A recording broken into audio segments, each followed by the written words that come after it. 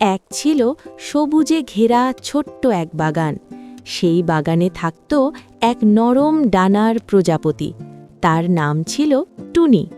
টুনি খুব লাজুক, কিন্তু মনটা ছিল ভীষণ মিষ্টি। সে ফুলে ফুলে ঘুরে ঘুরে রং আর হাসি ছড়াত।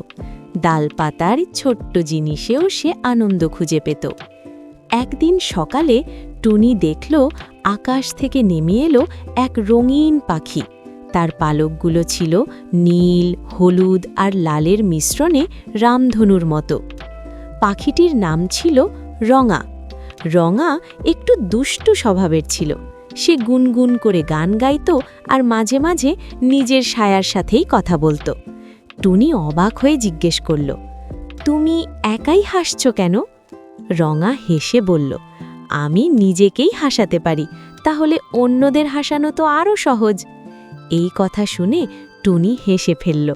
এত সুন্দর হাসি টুনির জীবনে প্রথমবার। ধীরে ধীরে টুনি আর রঙা খুব ভালো বন্ধু হয়ে গেল। রঙা টুনিকে গান শেখাতো, আর টুনি রঙাকে শেখাতো কিভাবে ছোট্ট জিনিসেও আনন্দ খুঁজে নিতে হয়। একদিন বৃষ্টি নামল, সব ফুল মুখ লুকালো, আকাশ হয়ে গেল ধূসর। টুনি ভয়ে কাঁপছিল। তখন রঙা নিজের ডানা মেলে টুনিকে আগলে ধরল। "ভয় পেও না," রঙা বলল, "বৃষ্টির পরেই তো সবচেয়ে সুন্দর রং বেরোয়।"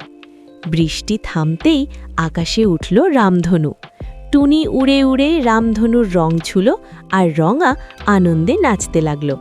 সেই দিন থেকে বাগানের সবাই বলতো, যেখানে প্রজাপতির নরম মন আর রঙিন পাখির হাসি একসাথে থাকে, সেখানেই সত্যিকারের সুখ জন্মায়। আর টুনি আর রঙা, তারা আজও একসাথে উড়ে বেড়ায়, হাসি আর ভালোবাসা ছড়িয়ে দেয় পুরো আকাশ জুড়ে।